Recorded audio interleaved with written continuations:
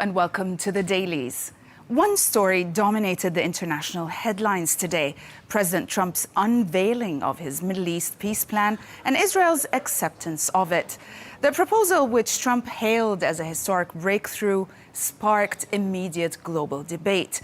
Today, we examine how different media landscapes responded, from the Palestinian press, which warned of hidden traps and threats to sovereignty, to the Arab media, where skepticism and criticism prevailed. In Israel, coverage split along political lines. Meanwhile, international media focused on Trump's showmanship and the plan's uncertain prospects, questioning whether this ambitious roadmap can deliver where decades of diplomacy have failed. We'll start with this cartoon from The Guardian, which looks at the scene in Washington on Monday with a mocking eye.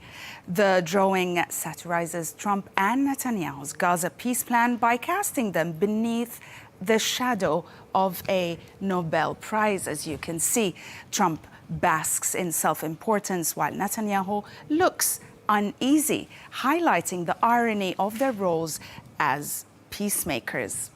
Also, the cartoon mocks the idea that their bold claims of eternal peace are really genuine, suggesting instead the plan is more about self-promotion and political theater than real statesmanship. Across Palestinian media, coverage of President Trump's peace plan was skeptical, often outright critical, framing the plan less as a breakthrough and more as an attempt to repackage Israel's war aims under U.S. sponsorship. Arab media coverage of the plan also has been mixed, but equally skeptical. Some outlets noted its humanitarian potential, but most stressed contradictions, political risks, and a tilt towards Israeli interests.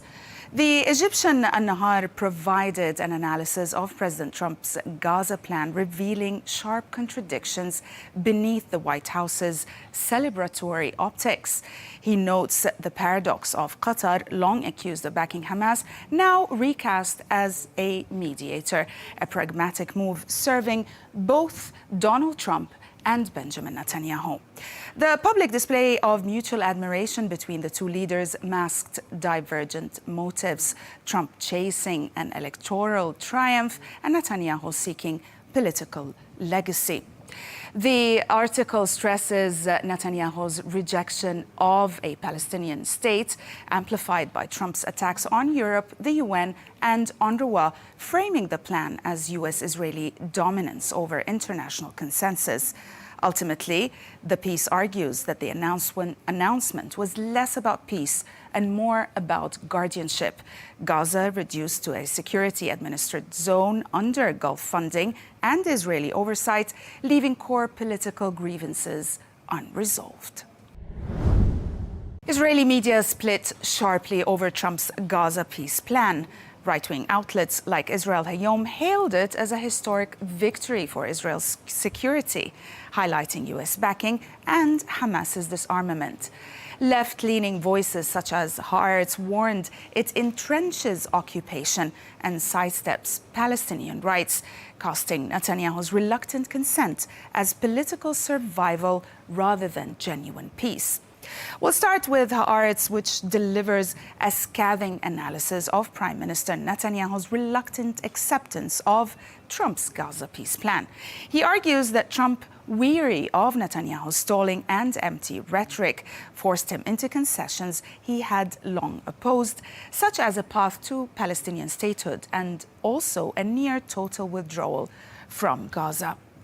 The piece highlights the symbolism of Netanyahu's compelled apology to Qatar and notes how Trump's praise reflected frustration with Israel's leader. The analysis portrays Netanyahu as weakened, isolated, and cornered by both Trump and his coalition hardliners, with early elections in 2026 looming.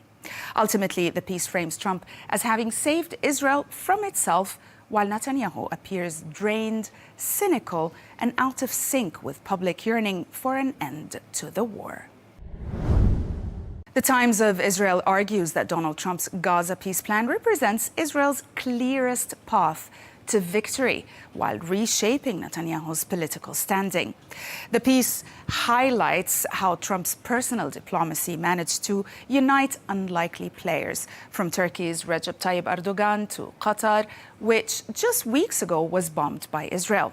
The plan promises full hostage release, Hamas's gradual disarmament, and a new Gaza administration backed by Arab partners, developments Netanyahu cannot ignore, despite resistance from his right-wing allies. Also, the piece notes that while Hamas may stall or maneuver to preserve influence, Israel gains international backing and political or potential regional normalization. The piece views Trump's intervention as a diplomatic breakthrough, offering Netanyahu both risks and lifelines.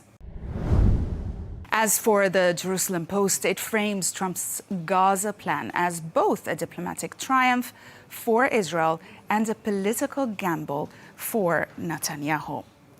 The proposal, the analysis notes, secures Israel's core war aims: hostages returned, Hamas disarmed, and Hamas out of power, while dangling long-term provisions for Palestinian Authority involvement and potential statehood.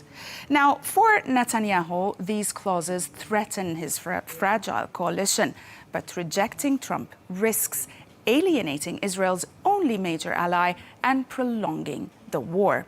The analysis underscores that the decision now hinges on Hamas. Acceptance would deliver Israel victory. Rejection would give Trump cover to back Israel militarily.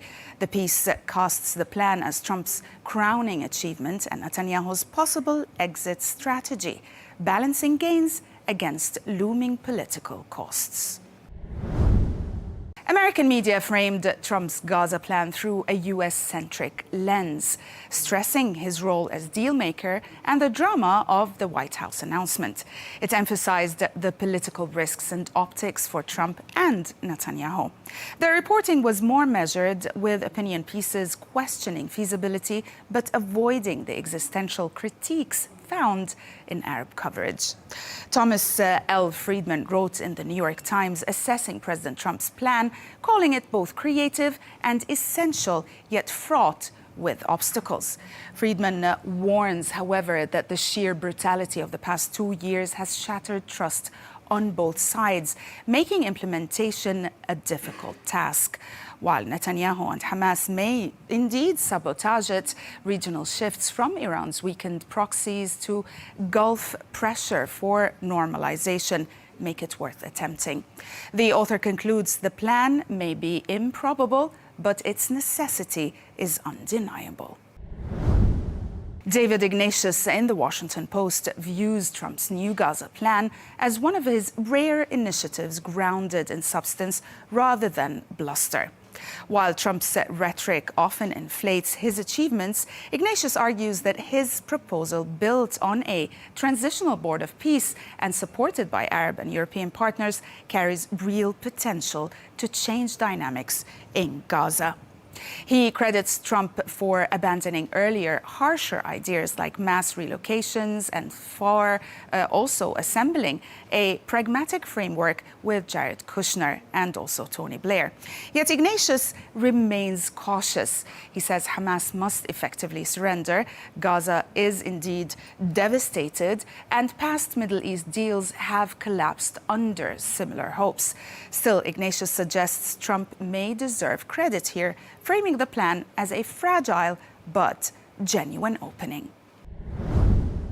Axios provided exclusive details on President Trump's proposed Gaza Day After framework, emphasizing its behind-the-scenes negotiations and regional buy-in. Axios revealed the White House's quiet consultations with Arab states, the vetting also of Palestinian technocrats for interim governance, and commitments from countries like Italy, Indonesia, and Azerbaijan to join an international stabilization force. Now, the report also highlights Trump's personal role in brokering a three-way call between Netanyahu and Qatar's prime minister, securing an Israeli apology for a strike in Doha, a notable diplomatic gesture. By focusing on these insider details, Axios indeed underscores how Trump's plan blends bold ambition with transactional diplomacy, relying heavily on Arab partners' cooperation and the credibility of vetted Palestinian administrators. Most British press covered the new peace plan, with some questioning its feasibility while acknowledging its innovative design. Others viewed it as unlikely to succeed. However, many other media outlets displayed deep skepticism about the role former British Prime Minister Tony Blair is set to play in Trump's plan for Gaza. Sarah Torr wrote in The Times a sharp, satirical column ridiculing former UK Prime Minister Tony Blair's reported bid to lead a transitional authority in post-war Gaza, framing the idea as absurd. She likened Blair to a bull who once smashed a china shop, now seeking to manage it. On a more serious note, The Times analysed Tony Blair's dramatic re-emergence on the Middle East stage nearly 2 decades after his failed tenure as Middle East envoy. Blair is once again in the spotlight, leveraging his vast Gulf connections and ties to Jared Kushner. The analysis highlights Blair's think tank's advisory work with Gulf monarchies that has now positioned him as a trusted figure for both funders and Western backers of Gaza's reconstruction. Yet also, the piece stresses the risks. Blair's legacy is stained by Iraq. His credibility with Palestinians is fragile, and his fate is now intertwined with Trump's volatile leadership.